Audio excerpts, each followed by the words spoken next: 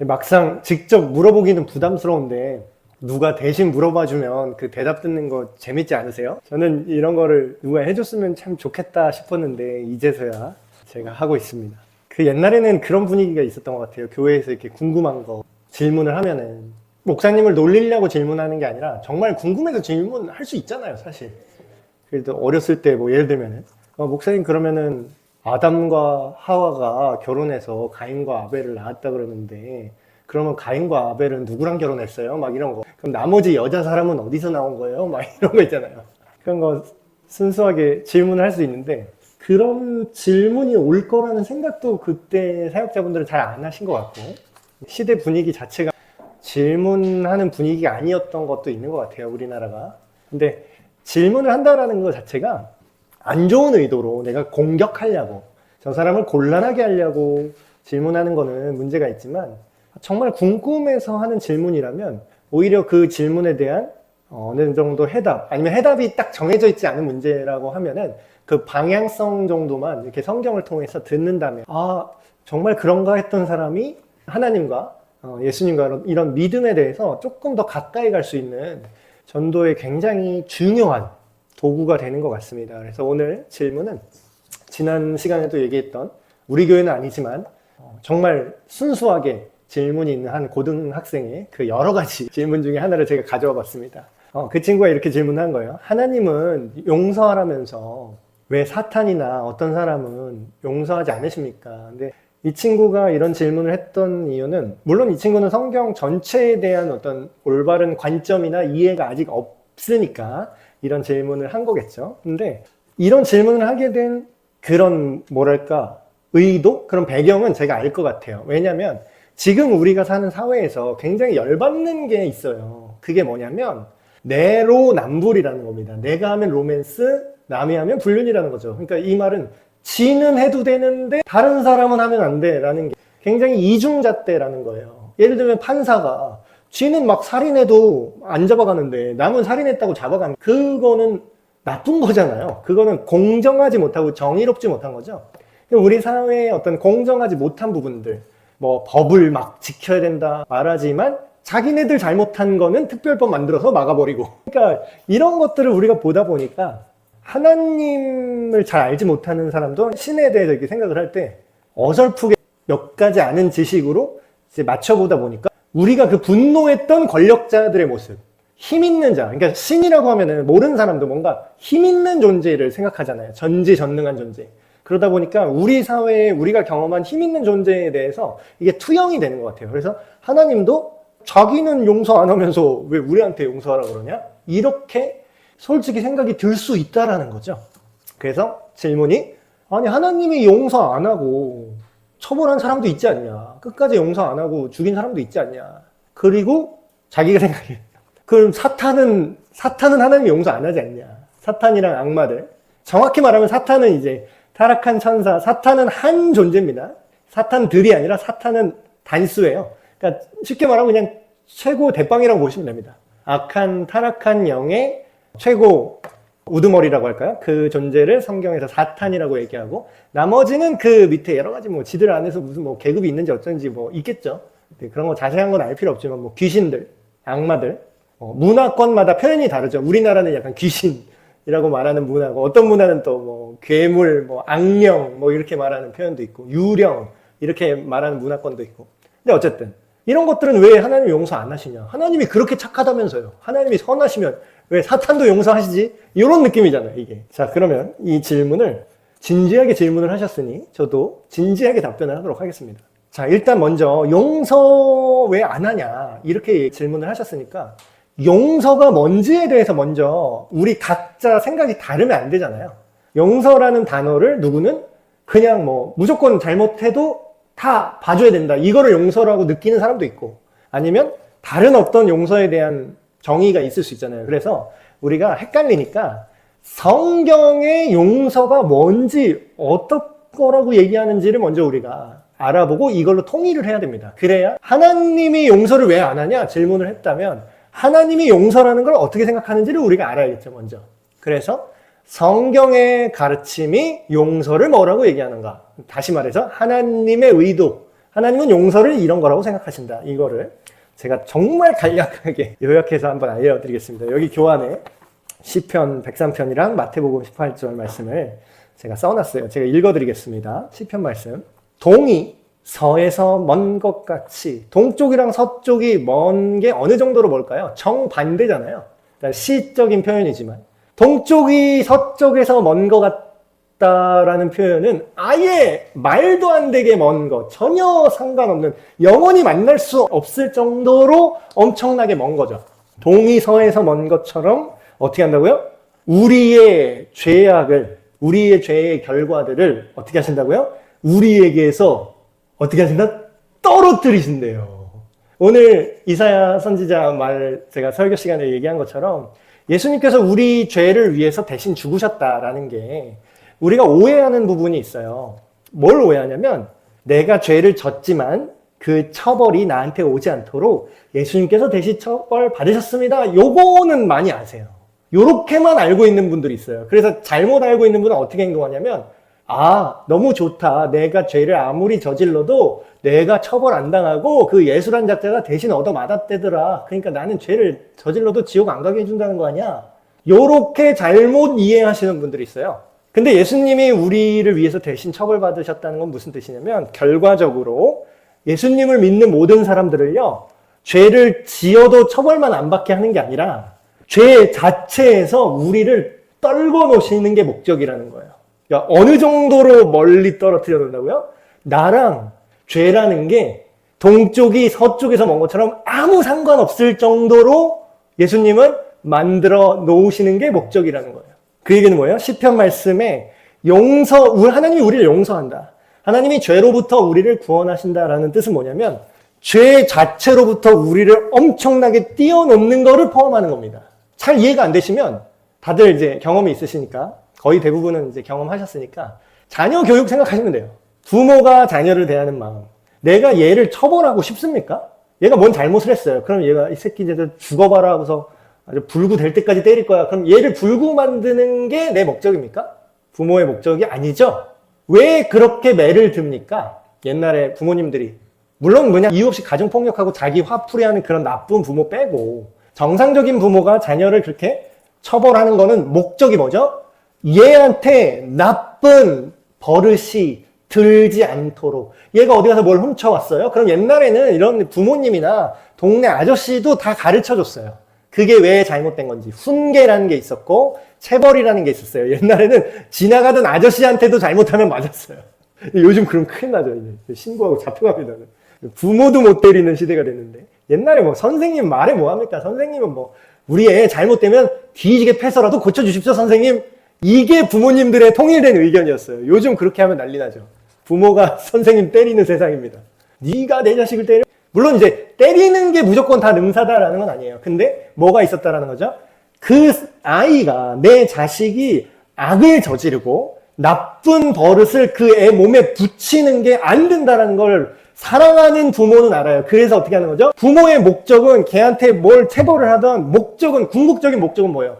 걔한테 악한 것을 떼놓는 게 목적이에요. 그럼 뭐야? 자녀가 와서 아빠 용서해 주세요. 잘못했어요. 다시는 안 그럴게요. 그러면 그때 부모가 용서를 해주죠. 왜 용서를 해주죠? 그게 떨어져 나갔으니까 용서를 해주는 겁니다. 자, 용서에 대한 이미지가 이제 구약 시편 말씀에서 어느 정도 오셨죠? 자, 그럼 마태복음 읽어드릴게요. 그때에 베드로가, 예수님 제자 베드로가 예수님한테 물어보는 겁니다. 나와 이르되 주여, 어떤 형제가 나한테 죄를 졌어요. 근데 그러면 제가 몇 번까지 용서해 줘야 됩니까? 예수님이 용서하라고 그러니까 7번 하면 될까요? 이 당시에 유대인의 율법에 남이 나한테 죄를 범했을 때는 최대치로 그 율법 기준에 몇 번이 있냐면 3번까지. 우리나라랑 좀 비슷한 것 같아요. 우리나라도 약간 3-4번이잖아요. 3번까지는 물어봐라. 약간 이런 거 있죠. 그래서 이 유대인의 율법도 이 시대에 죄를 3번까지는 용서해 줄 수 있다라는 게 있었습니다. 근데 자기 딴에는 예수님의 그래도 수제자라고 뭔가 예수님한테 잘 보이고 싶었나 봐요. 나는 예수님 용서하라고 하시니까 저는 통이 크게, 자기 딴에는 되게 통 크게 제시를 한 거죠. 7번 정도면 되겠습니까, 예수님? 이렇게 얘기한 거예요. 그 당시 사회의 맥락의 2배 이상 부른 거죠, 지금. 3번 용서를 하는데 나는 2배도 넘는 7번 하면 될까요? 딱 이런 거예요. 근데 예수님이 뭐라고 대답하시냐면 이르시되 내가 너에게 말한다. 7번뿐만 아니라 7번을 70번씩 곱해서 할지라도 너는 용서해줘야 돼. 이렇게 얘기해요. 자, 그럼 여기서 머리를 굴립니다. 또 우리 한국 사람들, 우리나라 사람들 또 수학을 잘하잖아요. 그럼 7 곱하기 70이면은 몇 번 용서해야 돼요? 490번이죠? 77에 49. 그럼 자, 1번. 여기서 예수님이 정말로 490번까지 세라. 그래서 489번까지 참았으면 한 번만 더 하면 진짜 죽일 거야. 이때부터는 예수님이 이때 그럼 491번부터는 죽여도 돼. 이거 참으라고 이렇게 얘기한 걸까요? 490번까지? 아, 그렇죠, 그렇죠. 자, 이거는 우리는 이제 요거를 이해 못 하는데 이 시대 사람들은, 유대인들은 그 숫자가 담고 있는 의미를 알고 있었습니다. 예를 들면은 이제 우리나라도 뭐 이런 거 있잖아요. 뭐 7 이러면은 좋은 숫자다. 뭐 이러고 우리나라에만 있는 특이한 그런 거 숫자에 대한 이미지 있죠. 예를 들면 4, 숫자 4, 죽을 4자, 죽는다는 의미랑 발음이 똑같으니까. 지금도 요즘은 많이 바뀌었어요. 요즘은 그런 거 한자 이런 걸 안 배운 문화라서 요즘 아파트, 새로 지은 아파트들은 그냥 4 다 써 있거든요. 근데 저희 때나 좀 어르신 때만 해도 아파트에 4층에 숫자 4라고 안 적혀있고 F라고 적혀있습니다. 재수없다고. 그런 것처럼 그 민족들이, 유대인들도요, 그 숫자만 말하면 그 뜻을 아는 것들이 있어요. 뭐 유식한 말로 게마트리아라는 게 있습니다. 유대인식 숫자 인식 방법. 근데 그걸 잠깐만 풀어드리면 7이라는 건 뭐냐면 완전하다라는 의미예요.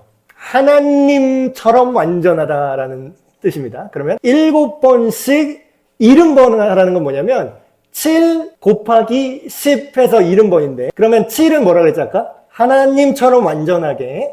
숫자 10은 뭘 의미하냐면 꽉 차다 이런 뜻이에요. 가득하다. 더 이상 채울 수 없을 만큼 가득하다. 이런 뜻이에요. 그럼 뭐예요? 하나님처럼 완전하게 꽉 찬 수로 하나님처럼 완전하게 용서해라 이 뜻이에요. 예수님이 하신 말의 의도는. 그러니까 숫자로 490번 용서해라 이런 뜻이 아니라. 그러면 이 얘기를 들을 때에 저와 여러분, 베드로도 우리랑 기분이 똑같았을 것 같아요. 이걸 우리가 맨정신으로 할 수 있을까요? 여러분 몇 번까지 용서해 보셨습니까? 몇 번까지. 근데 이제 여기서는 그러면 하나님이 이렇게까지 용서해라고 하면은 우리가 이제 혼란이 와요. 우리는 이거 못할 텐데. 그럼 우리는 계속 490번까지 사기를 당해야 된다는 얘기잖아요. 사기꾼이 와갖고 사기치고 미안해, 잘못했어, 다시는 안 그렇게 한 번만 용서해줘. 아 그래, 2번째. 그러면 합법적으로 사기꾼이 490번까지 나를 털어먹을 수 있다라는 뜻입니까? 이 말씀이? 그게 아니라 여기에는 우리가 읽지 못하는 중요한 단서가 있는데요. 여기서 예수님이 용서해 주라라는 얘기는 호구처럼 그냥 당하라는 뜻이 아니라 여기엔 단서가 있습니다. 그가 회개할 때에 라는 게 괄호 안에 들어있어요. 진심으로, 정말 마음으로 그걸 애통해야 하고 돌이킬 때. 문제는 뭔지 아세요? 우리는 사람 마음을 못 들여다본다라는 거예요. 아, 그럼 목사님 어차피 우리 그 사람이 진짠지 아닌지 모르니까 그냥 용서하지 않아도 된다는 뜻이네요. 그건 아니고 쭉 계속해서 보도록 하겠습니다. 자, 하나님의 용서는 이 정도로 완전하다는 걸 예수님이 얘기한 거예요. 자, 이 얘기는 뭐냐면 남한테 얘기하면은 우리가 이거를 잘 못 봐요. 왜냐면 내가 당할 거라고 생각하니까 남을 용서하기가 어렵죠. 근데 나로 생각하시면 이해가 빨라집니다. 여러분 마음은 여러분이 그래도 알잖아요. 내 마음은. 그럼 내가 뭐 잘못해서 부모님한테 이제 용서를 구할 때 내 마음은 내가 알죠. 내가 진심으로 지금 뉘우치고 정말 이 일에 대해서 아파하면서 용서를 구하는 마음인지, 아니면 겉으로는 울고 있지만, 겉으로는 빌고 있지만 속으로는 이번만 한번 넘어가고 한탕 더 헤쳐먹어야지 이렇게 생각하는지 자기 마음은 알잖아요. 그러면 내 마음도 내가 아는데 하나님이 전능하시다면 우리 마음을 알까요? 모를까요? 너무나 당연한 얘기죠. 성경에 보면은 하나님을 속일 수 있는 자는 없다고 나와요. 하나님을 속지 않으신다. 모두의 그 모든 마음속 깊은 의도를 완전히 꿰뚫어 보신다. 그 얘기는 뭐예요? 우리가 죄를 회개할 때 하나님 앞에 지금 하나님이 누굴 용서하고 누굴 용서하지 않는다라는 질문이잖아요, 지금. 그러면 우리 마음이 가짜로 하나님 잘못했습니다. 이번에 예수님 진짜로 믿을게요. 제가 이렇게 죄를 졌는데 진짜 한 번만 봐주세요. 아싸, 이래놓고 또 한 번 또 해야지. 계속 용서해 준다니까 또 해야지. 이런 놈은 하나님의 용서가 의미가 없어진다는 거죠. 그러니까 하나님은 속지 않으세요. 근데 하나님이 이렇게 많이 용서하라고 그랬어요. 그 얘기는 뭐예요? 여러분 정말로 안 하고 싶은데 그 일 저지른 적 있어요, 없어요? 솔직히 인생 사시면 알잖아요. 여러분 나도 원하지 않은데 나도 아침에 일찍 일어나고 싶지. 예를 들면 학교 다니는데 애들 지각하잖아요. 그럼 오늘은 지각해갖고 수행평가 빵점 맞아야지, 내가 학생부 계속 빨간 줄 그어야지, 이렇게 하면서 하는 미친 애는 거의 없잖아요. 안 하고 싶은데 자기도 그러고 싶지 않은데 하다 보니까 얽혀가지고 막 싸움에 휘말려가지고 갑자기 학폭이 열리고, 막 내가 그러려고 한 게 아닌데 막 얘가 나한테 시비를 걸어가지고 나 한 대 때렸는데 내가 살짝 밀었는데 얘가 자빠지고, 그럴 수 있잖아요. 우리 인생에 살면서 변수가 얼마나 많습니까? 그러면 그렇다고 해서 내가 잘못이 있어요, 없어요? 잘못한 게 있죠. 실수를 안 합니까, 우리가? 실수할 수 있잖아요. 그럼 뭐예요? 근데 그게 모든 것들이 죄에 대한 평가로 쫙 들어오는데, 그때마다 우리가 어떻게 얘기합니까? 남이 얘기하면 우리가 그 사람 마음을 모르니까 인정을 안 하겠지만, 나는 알잖아요. 내가 일부러 그러려는 건 아닌데 결과적으로 죄를 저지르는 것들이 있잖아요. 우리가 반복되는 거, 막 담배 태우시는 그런 분들도 막 내가 진짜 끊고 싶다. 근데 그게 안 되는 영역이 있잖아요. 자기도 원하지만 안 되는 거. 여러분 부자 되고 싶어요? 가난해지고 싶어요? 뭘 원해요? 부자 되고 싶지. 근데 그게 되냐고. 그러니까 죄를 저지른다는 건 이와 비슷한 겁니다. 내가 원하나, 성경에 그게 그대로 써 있어요. 로마서 7장 이런 데 보시면요, 내가 속으로는 하나님의 법으로 하나님의 선하신 걸 바래요. 진심이에요. 진짜 하나님께 순종하고 싶어요. 근데 때때로 내 안에 죄의 욕심과 유혹과 이 세상의 뭐 여러 가지 것들이 엮어서 내가 원하지도 않는 미친 행동을 내가 하게 한다는 거예요. 근데 그게 뭐 나는 하기 싫은데 막 사탄이 시켜서 했습니다, 이게 아니라 그것도 나라는 거죠. 근데 뭐예요? 죄 짓는 나도 난데, 죄에 넘어지는 나도 나지만 그렇게 되지 않고 싶어 하는 나도 나잖아요.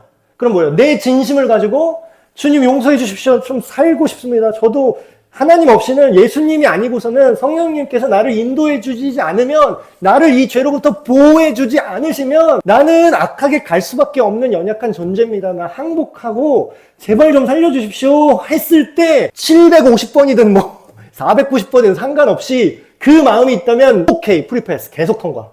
그게 70번씩 7번이라도 용서해라는 뜻이죠.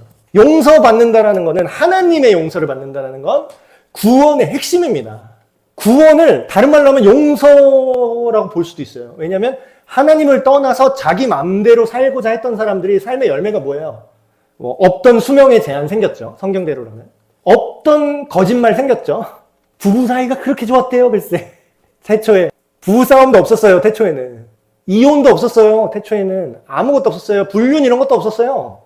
부부가 서로 벌거벗었으나 아무도 부끄러워하지 않았다. 이게 그런 정서적인 차원도 있어요. 현대에 제가 깜짝 놀란 게 있는데, 그게 뭐냐면 요즘 결혼한 부부들 있잖아요, 젊은 부부들. 보니까 자기가 얼마 버는지를 서로 공개를 안 하대요. 아니 물론 이제 요거는 좀 다를 수 있는데, 뭐 이게 무조건 다 공유해야 된다라는 건 아니지만 굉장히 낯설더라고요. 부부가 된다라는 건 저 때만 해도 모든 운명 공동체, 경제 공동체, 당신과 나는 하나, 이게 그거였는데, 이제는 약간 내가 번 건 내 거, 내 일은 네 일. 그래서 서로 뭔가 감추는 게 되게 많아졌더라고요, 요즘 부부들은. 그래서 저 같은 경우도, 물론 이제 이게 개인 사생활이다, 뭐 이걸 존중할 수 있죠. 요즘 개인주의해야 되니까 무례하게, 내 아내라고 해서 막 무례하게 막 검열하고 자 이메일 비번 까봐, 이러자는 건 아니에요. 이래야 된다는 건 아닌데, 저는 개인적으로 제 핸드폰을 잠금 해제한 다음에요, 제 모든 메신저를 제 아내한테 다 보여줄 수 있습니다. 왜냐면 뭐 이상한 짓 한 게 없거든요. 근데 저는 성경에 아담과 하와가 벌거벗었으나 서로 부끄러움이 없었다, 이게 그런 거로 이제 느껴지더라고요. 단순히 그냥 태초의 원시인이라서 무슨 나체로 있었다, 이 뜻이 아니라 서로 마음을 있는 그대로 털어놔도 서로 부끄러워서 가릴 게 없는 완전한 상태였다라는, 하나님 안에서 살 때. 네, 옷이 없었나. 뭐 어쩌면 그 당시 패션 개념이 달랐을 수도 있고요. 뭐 모르겠습니다. 근데 용서라는 건 이게 하나님을 떠나서 인간이 이렇게 문제가 생기고 서로 단절이 생기잖아요. 부부끼리도 단절이 생기니까 오해가 생기고, 이 안에 뭐 서로 외도하고, 뭐 지금 TV 프로그램 뭐 이혼 숙녀 캠프 이런 거 보면은 막, 와, 저 사람이 이렇게, 이런 사람도 있구나 싶은 것들 많이 나와요. 근데 방송이니까 그 정도지, 실제 우리 인생은 얼마나 이상한 사람들이 많겠습니까? 근데 이제 그런 죄로부터 용서받는 거, 다신 그러지 마, 심지어는 성경에 그게 또 있어요. 호세아 선지자, 호세아서 같은 내용은 그냥 하나님을 남편, 그리고 우리 모든 인간은 아내를 비유로 해서 설명합니다. 너 가서 바람피는 이상한 여자랑 결혼해. 음란한 여자랑 결혼해서 내 마음을 백성에게 전해라 이럽니다. 호세아 선지자는 그 고멜이라는 여자랑 결혼하는데 그 여자는 계속 도망가요. 딴 남자랑 살고 도망가서 또 바람피고 불륜하고 그럴 때마다 호세아는 가서 데리고 와. 또 돈 주고 데리고 와요. 또 지가 또 다 날려먹었어 재산. 그래서 또 빚져서 노예로 돼 있어. 그걸 가서 돈 주고 또 사와요. 자기 아내라고. 근데 그건 뭐예요? 그걸 하나님이 구원이라는 건 내가 용서하고 싶다라는 거를 계속해서 보여주죠. 근데 하나님이 그게 네가 계속 나를 떠나도 나는 호구처럼 계속 받아줄 거야 이거겠어요? 아니면 그러지 말고 다시 나를 사랑해라. 나만이 너의 남편이야. 다시 나의 자녀로 나의 백성으로 살렴. 이렇게 돌이키길 바라는 게 용서일까요? 당연히 후자겠죠. 자, 질문에 이렇게 얘기했습니다. 아담과 하와도 용서 안 하신 것 같은데요? 이렇게 얘기했어요. 아담과 하와가 정말로 용서받지 못했을까요? 근데 뭐 정답부터 말하면 성경에 뭐 확실하게 아담과 하와가 하나님을 향한 신앙 고백을 하고 다시금 돌아오는 그런 장면이 정확하게 나오지는 않습니다. 이제 그런 걸 보고서 아담과 하와도 용서 안 하셨는데 이렇게 좀 생각하신 것 같아요. 근데 자, 성경 말씀을 보면요. 하나님은 용서의 기회를 계속 남겨셨다는 복선이 나옵니다. 자, 교환에 제가 써놨어요. 창세기 3장 말씀 두 군데인데 제가 읽어드릴게요. 얘네가 하나님의 명령을 어겨서 이제 하나님이 그거를 훈계하시는 장면입니다. 근데 뱀이 유혹해서 그 선악과를 먹어서 뱀이랑 아담이랑 하와랑 이제 3자 대면 시킨 거예요. 하나님이. 여호와 하나님이 뱀에게 이르시되 네가 이렇게 하였으니 내가 모든 가축과 들의 모든 짐승보다 더욱 저주를 받아 배로 기어다니고 살아있는 동안 흙을 먹게 될 것이다. 내가 너로 이 여자와 원수가 되게 하고 너의 후손도 여자의 후손과 원수가 되게 하리니. 알 수 없는 말이죠. 여자의 후손은 너의 머리통을 상하게 할 것이요 너는 그의 발꿈치를 상하게 할 것이다. 이렇게 하나님이 알쏭달쏭한 미래의 예언을 하십니다. 이게 무슨 뜻이냐면 쉽게 그냥 요약해 드릴게요. 사람이 태어나면은 보통 누구의 후손이라고 말합니까? 실제로 생물학적으로도 이게 밝혀냈대요. XY 염색체, 그러니까 남자 염색체로 이게 후손의 형질이 이어지게 돼 있다고 합니다. 그래서 이거를 어떻게 알았는지 예전 고대 사람들은 다 북의 성씨로 내려오죠. 그래서 이게 무슨 여성 비하다 이런 게 아니라 그냥 이거는 생물학적인 거래요. 그럼 보통 제가 누구의 후손입니다 할 때 뭐라고 얘기하죠? 저희 어머니 후손이라고는 얘기 잘 안 하죠. 심씨 일가 쪽으로 얘기하잖아요. 근데 그런 것처럼 보통 고대 사람들도 마찬가지고 누구의 후손이라고 말할 때는 남자의 후손인 겁니다. 기본적으로. 근데 지금 이상하죠. 여자의 후손이 네 머리통을 뽀갤 거야. 근데 너는 이 여자의 후손의 뒤꿈치 정도만 상하게 할 거야. 이 얘기는 뭐냐면 예수님이 온 인류를 구원하러 이 땅의 예언대로 이 땅에 오셔서 십자가에서 죽으시잖아요. 근데 예수님이 누구의 후손입니까? 물론 이제 다윗의 자손 예수요, 아브라함의 자손 예수요 그러는데 그러면 그냥 일반인이랑 똑같잖아요. 인간이랑. 근데 예수님이 우리가 예배 때마다 사도신경 고백할 때 뭐라고 하죠? 동정녀 마리아에게 나시고 그 얘기는 뭐냐면 예수님은요 생물학적으로 남자의 후손으로 태어나지 않으셨다는 걸 말합니다. 그럼 뭐예요? 이상한 유일하게 여자의 후손이신 분인 거죠. 예수님만. 우리가 성경의 기록을 믿는다면. 그럼 여자의 후손이라는 건 예수님을 말하는 거고 그 예수님이 그 사탄의 머리를 부숴버릴 거고 사탄은 고작 하는 일이 예수님 발뒤꿈치 정도 상하게 하는 거다. 그 일은 십자가에서 완성된 겁니다. 십자가에서 예수님이 엄청나게 큰 고통을 받고 돌아가신 것처럼 보이지만 실제로 예수님은 3일 후에 부활하셨고 발뒤꿈치 정도 상하는 데미지밖에 입히지 못했다라는 거죠. 근데 이거를 이미 약속을 주셨어요. 잘못을 해놓고 잘못한 애한테 지금 부모처럼 훈계를 하고 혼내고 있는데 이런 일이 앞으로 있을 거야. 네가 그 여자의 후손을 통해서 이 뱀에 너를 유혹해서 넘어뜨린 죄를 짓게 만든 그 뱀을 이길 거야. 이걸 약속을 하신 거죠. 두 번째 또 창세기에서 그럼 목사님 어차피 용서 안 해주고 아담과 하와 쫓아냈잖아요 지금. 그렇게 얘기하는 분 있어요. 창세기 3장 21절에 이렇게 혼내놓고 이런 약속을 주시고 쫓아내시는데 하나님은 어떻게 하시는지가 여기 써 있습니다. 여호와 하나님이 아담과 하와를 그 낙원에서 쫓아내시는데 단순히 쫓아만 내시는 게 아니라 어떻게 했다고요? 아담과 그의 아내 하와를 위해서 가죽으로 된 옷을 지어서 입히셔서 보내셨대요. 자, 이게 엄청난 상징입니다. 아마도 정확히 기록은 없지만 아마도 이게 양의 가죽이었을 것이다 이렇게 얘기하는 사람도 있고, 실제로 양의 가죽이 아니었을 수도 있어요. 그건 상관없지만 가죽 옷을 입혔다라는 건 뭘 상상할 수 있어요? 그 가죽을 갖고 있던 원래 동물이 살았을까요? 죽었을까요? 근데 원래 죄 지으면은 누가 죽어야 돼요? 우리 상식적으로 죄 지은 놈이 죽어야죠. 자, 사형 선고를 받았어요. 살인범이 사형 선고를 받았어요. 그럼 누가 죽어야 돼요? 사형수가. 죽인 놈이 죽어야 되잖아요.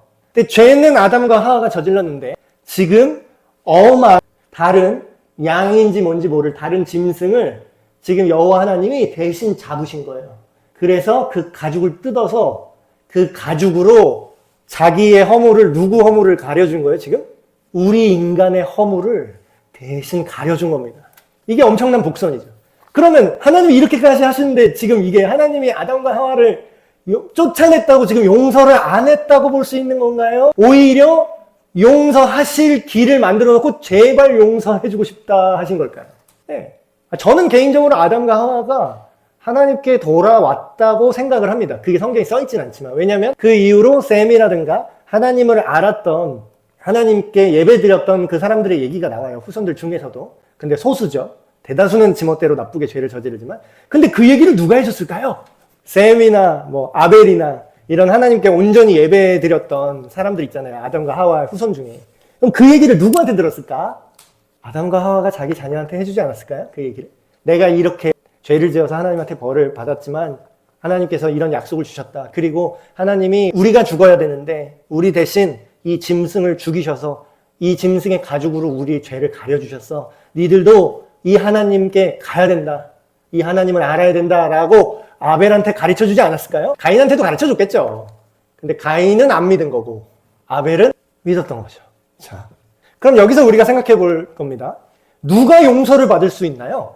아까 질문이 그거였어요. 하나님은 왜 사탄이나 귀신은 용서 안 해요? 그리고 왜 다른 사람들, 성경에 보면 아나니아, 삽비라 하나님이 직접 죽여버리는 장면 나오잖아요. 왜 걔네는 용서 안 해요? 자, 그러면 누가 용서받을 수 있는지를 성경에서 한번 찾아보겠습니다.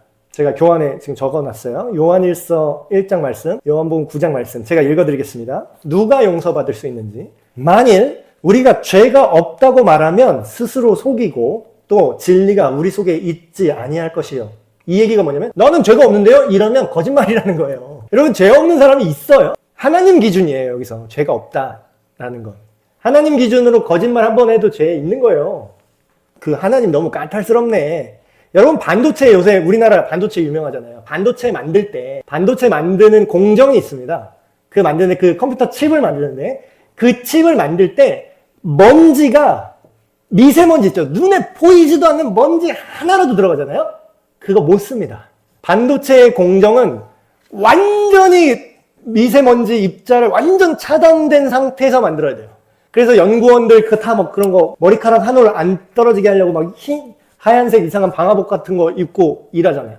여러분, 반도체 하나 만들 때도 티끌 하나 들어가면 못 쓰게 되는데 하나님 기준으로 우리의 인격을, 하나님의 완전한 그 선하심의 기준으로 볼 때 우리가 죄가 없을 것 같으세요? 우리 시대에도 그런 말 있죠. 털면 나오잖아요. 그렇다고 뭐 신목사 털어봐야 정시처럼 나오진 않겠죠. 근데 털면 하나님 기준으로 털면, 제가 누구 볼 때 미워했던 마음, 그거 털면 하나님 기준 다 잡혀요, 그게. 이렇게 높은 기준으로 하면 우리가 의인이 없다라는 겁니다. 근데 뭐예요? 우리가 스스로 죄를 자백하는 거예요. 하나님 앞에. 죄를 자백하면 그는 신실하시고 의로우셔서 우리가 그렇게 하나님, 저는 죄인입니다. 저는 하나님 없이 답이 없는 인간이에요. 라고 솔직하게 자백하잖아요. 그럼 어떻게 되냐면 우리의 모든 죄를 용서하시고 우리를 용서만 하는 게 아니라 뭘 한다고요? 우리를 모든 그 더러운 죄에서 우리의 마음과 생각과 우리 마음 중심까지 깨끗하게 빚어주신대요. 물론 한 번에 안 됩니다. 제가 해봐서 알아요. 마법처럼 뭐 세례 받는 순간 바로 우리가 막 의인이 되고 이러면 얼마나 좋아요. 근데 세례 받아도 열받는 상황 오면은 뭐 화도 나고 우리가 계속 유혹을 받는 거죠. 근데 뭐예요? 확실한 건 점점 예수님을 닮아서 우리 삶이 깨끗해진다라는 거죠. 자, 요한복음 9장 말씀. 예수께서 이르시되 내가 심판하러 이 세상에 왔으니 보지 못하는 자들은 포기하고 보는 자들은 장님이 되게 하려 합니다. 말이 알쏭달쏭해요. 이런 얘기를 하니까 바리새인 중에 예수와 함께 있던 자들이 이 말씀을 듣고 이르되 야, 우리 보러 장님이라고 하는 것 같은데? 이렇게 얘기하는 거예요. 지금 우리 까는 거야? 이렇게 얘기해요. 그 얘기를 듣고 예수님께서 이렇게 말씀하십니다. 너희가 스스로 눈이 안 보인다고 인정하면 너희가 죄를 용서받았을 텐데 네가 스스로 나는 잘 보는데요 하니까 너희 죄가 그대로 있을 거야 이렇게 얘기합니다. 이거는 장님으로 비유를 한 거지만 보는 걸로 비유를 한 거지만 앞에 요한일서 말씀이랑 완전히 똑같은 내용이죠. 그 당시에 종교 지도자들은 뭐라고 얘기했냐면 나는 죄가 없어 이렇게 생각했어요. 왜냐하면 구약의 율법대로 그 규칙대로 나는 다 했다니까. 죄 용서받는 방법대로 다 했어. 요새 말로 하면 이런 거예요. 나 주일 예배 한 번도 안 빠졌어. 나 회개기도 매일 해. 나 헌금 안 빠졌어. 그런 거 규칙이 있는 것도 아니지만 그런 식으로 생각한 거예요. 내가 율법 다 지켰어. 그러니까 나는 죄가 없는데 저 이방인 놈들이나 죄인이지? 이렇게 생각한 거예요. 근데 아까 제가 말씀드렸죠.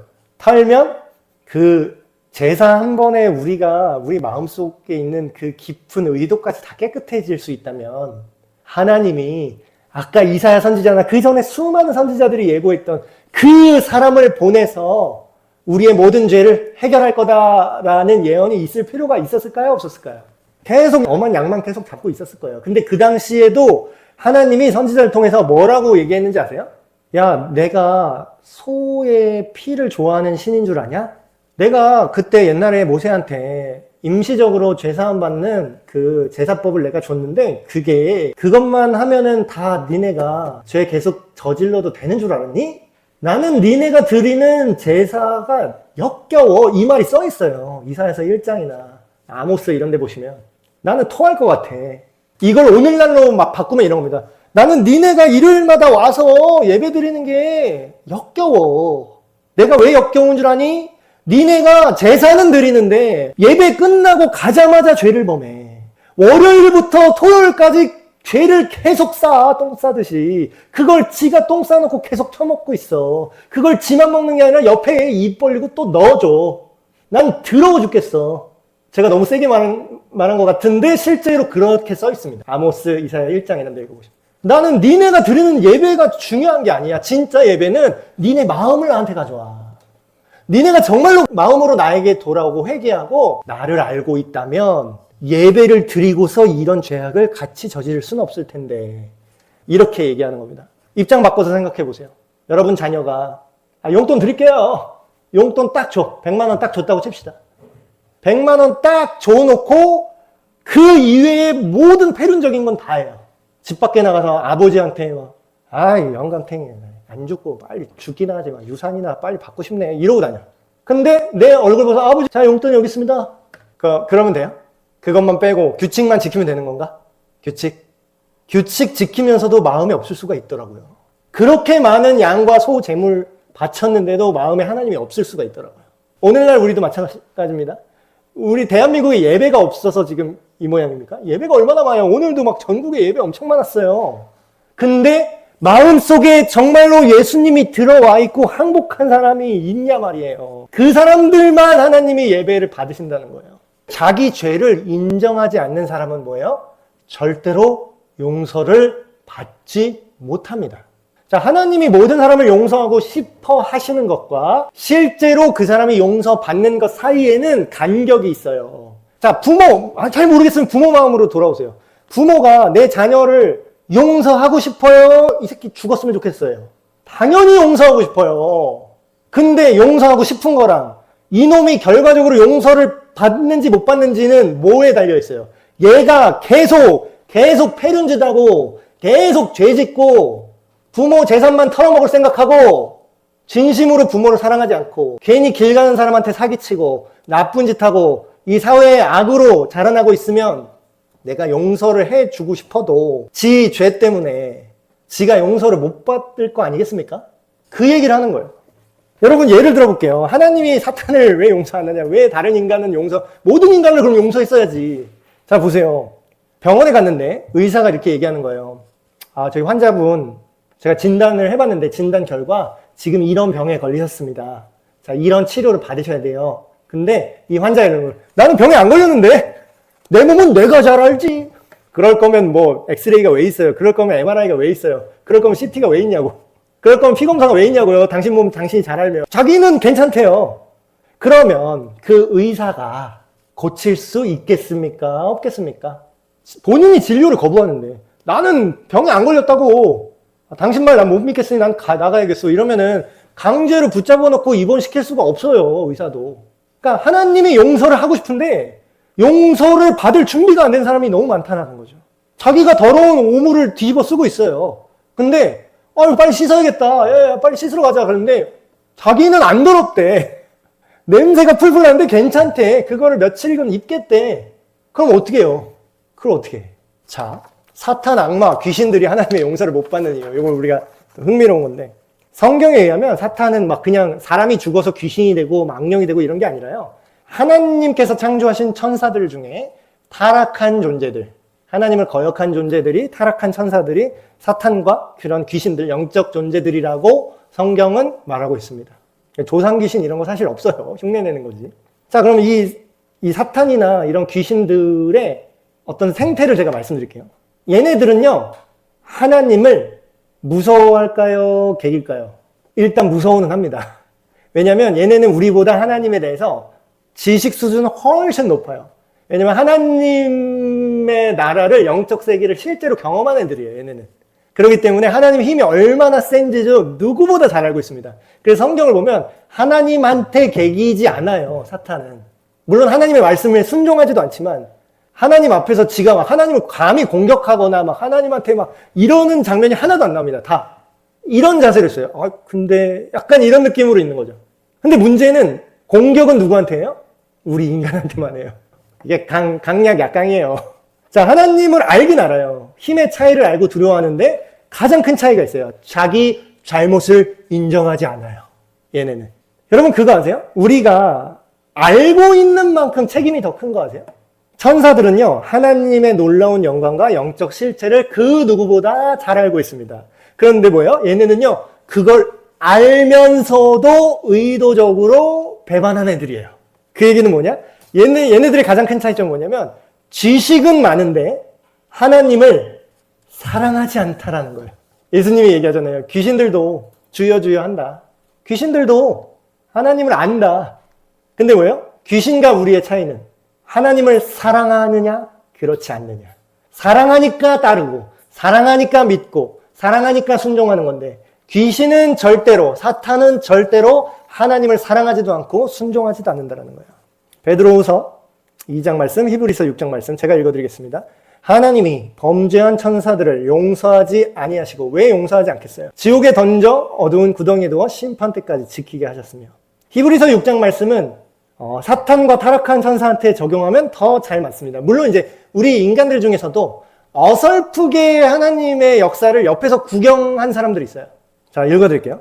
한번 빛을 받고 하늘의 은사를 맛보고 성령에 참여한 바 되고 하나님의 선한 말씀과 내세의 능력을 맛보고도 타락한 자들이 있다는 거예요. 이런 사람은 어때요? 다시 회개할 수가 없대요. 왜냐하면 그들이 하나님의 아들 예수님을 다시 십자가에 못 박아 대놓고 의도적으로 유혹되게 했기 때문이다. 여러분 이걸 제가 설명해 드릴게요. 여러분 예수님이 이 땅에 계셨을 때 죽은 자 살리는 거 본 사람이 있을까요? 없을까요? 나사로 죽었을 때 예수님이 살린 거 그 동네 사람들이 다 봤어요. 예수님이 막 설교하실 때 광장에 성인 남자만 5,000명 모였는데 그러면 애들이랑 노인이랑 여자까지 세면은 몇만 명 있을 거잖아요. 한 2만 명 있었겠죠. 그때 그 사람들 다 먹을 수 있는 음식 다 나눠줬어요. 기적 일으켜서. 자, 그때 그거 봤습니까? 안 봤습니까? 2만 명이 그거 봤어요? 안 봤어요? 봤죠. 그럼 뭐예요? 하나님의 선한 말씀 들었어요? 안 들었어요? 산상수훈, 팔복, 복 있는 자는 쭉 얘기했잖아요. 예수님 설교 직접 들었어요. 그 사람들. 저도 못 들어본 걸. 예수님의 육성 설교를 들었다니까요. 근데 그 사람들이 내세의 능력과 하나님의 선한 말씀을 들었는데 어떻게 했어요? 그 중에 대다수는 어떻게 했다고요? 예수님 십자가 달릴 때 같이 침뱉 탔어요. 여러분 용서받지 못하는 이유는요. 용서를 뿌리쳤기 때문에 용서를 못 받는 겁니다. 자, 하나님은 용서받을 만한 존재를 용서하세요.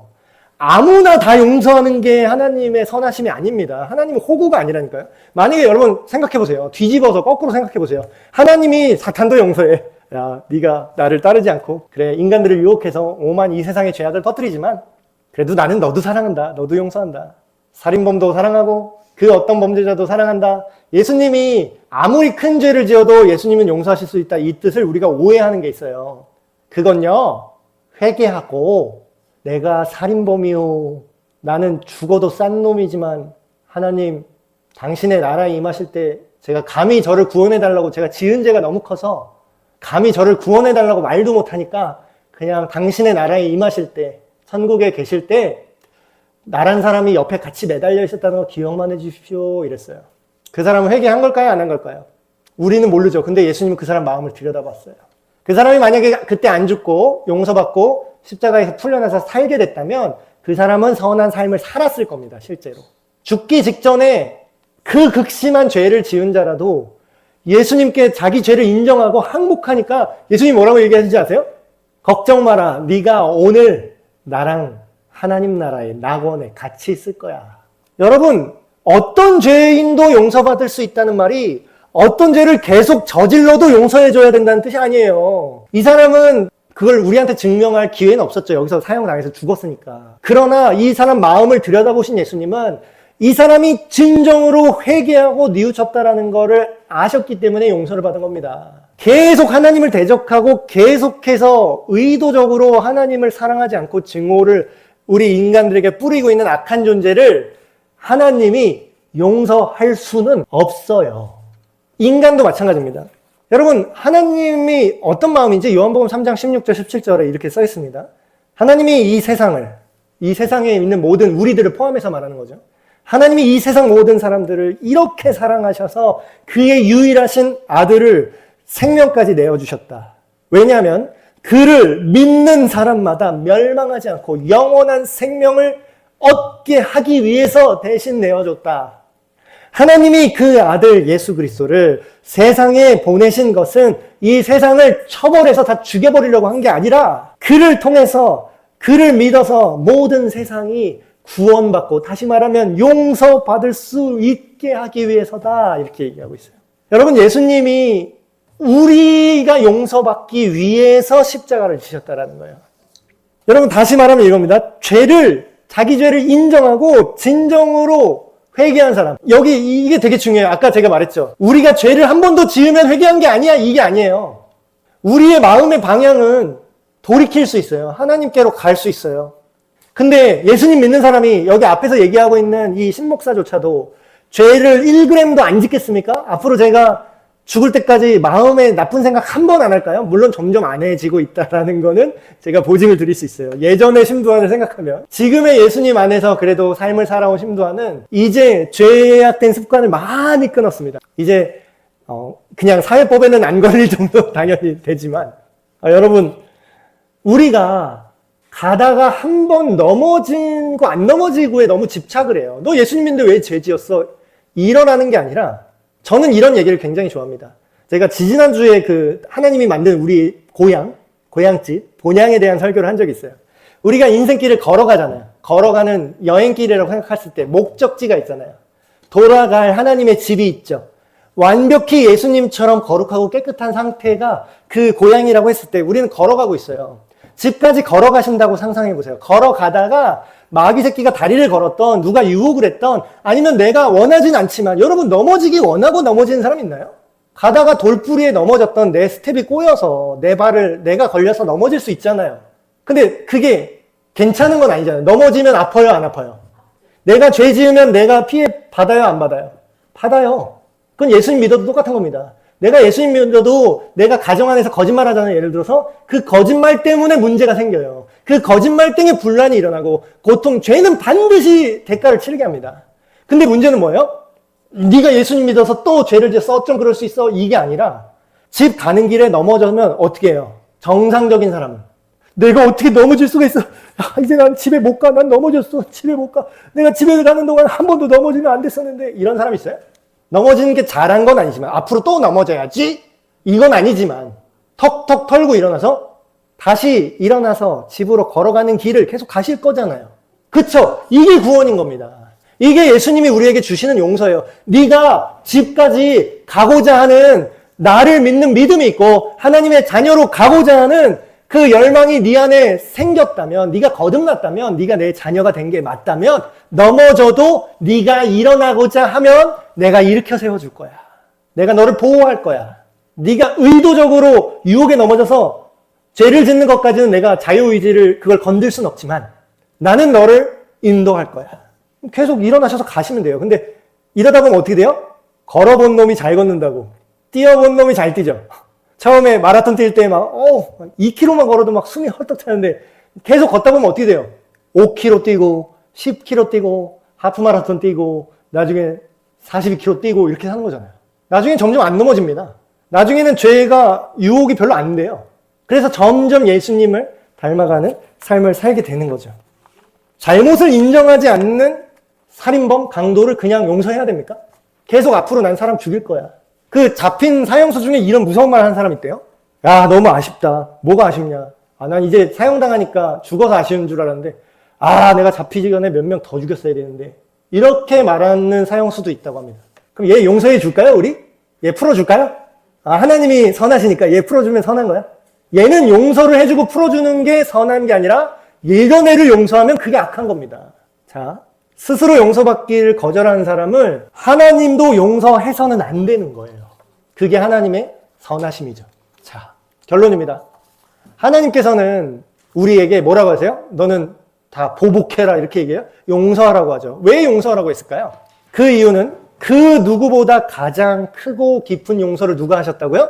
하나님이 자기가 먼저 솔선수범한 거예요. 내로남불이 아니라 그 반대로 솔선수범인 거예요. 하나님은 자기도 용서 안 하는 것 같은데 그게 아니라요. 말도 안 되는 용서를 이미 하셨고 계속 하고 계세요. 그러면 누가 용서를 못 받는 거예요? 하나님이 내로남불로 용서를 안 하는 게 아니라 스스로 타락하고 저주받는 인간들이 스스로 용서받기를 거절하고 하나님의 선하심을 거절한 그 결과가 뭐다? 용서받지 못하는 결과로 나타나는 겁니다. 오늘 하나님의 용서에 대해서 좀 오해가 있었다면 이 이야기를 통해서 잘 풀고 선하신 하나님, 우리를 용서하신 하나님 다시 한번 깨달으시기를 축복합니다. 제가 기도하고 마치겠습니다. 하나님 아버지, 왜 하나님은 자기도 용서하지 않는 것들이 있으면서 우리한테만 용서하라고 하시는 그런 질문이 있었습니다. 하나님, 그러나 우리가 진정으로 성경 말씀을 읽고 하나님의 의도를 찬찬히 살펴본 결과 하나님은 모두를 용서하고 싶어 하시지만 모두가 다 그 용서를 받아들이지 않는다는 것을, 모두 다 회개하지 않고 계속해서 죄악을 저지른 자들도 있다는 것을 우리가 다시금 살펴봤습니다. 하나님의 용서가 우리에게 임하길 원합니다. 우리의 마음이 교만하지 않고 낮아져서 하나님 앞에 죄인일 수밖에 없고 넘어질 수밖에 없는 연약한 존재임을 고백하고 인정하게 하셔서 날마다 우리를 구원하길 원하시고 언제나 우리를 용서하는 그 사랑의 품으로 부르시는 그 예수님의 그 놀라운 구원의 능력이 우리 마음속에 심어지게 하여 주시옵소서. 우리 주 예수 그리스도의 이름으로 기도하옵나이다. 아멘.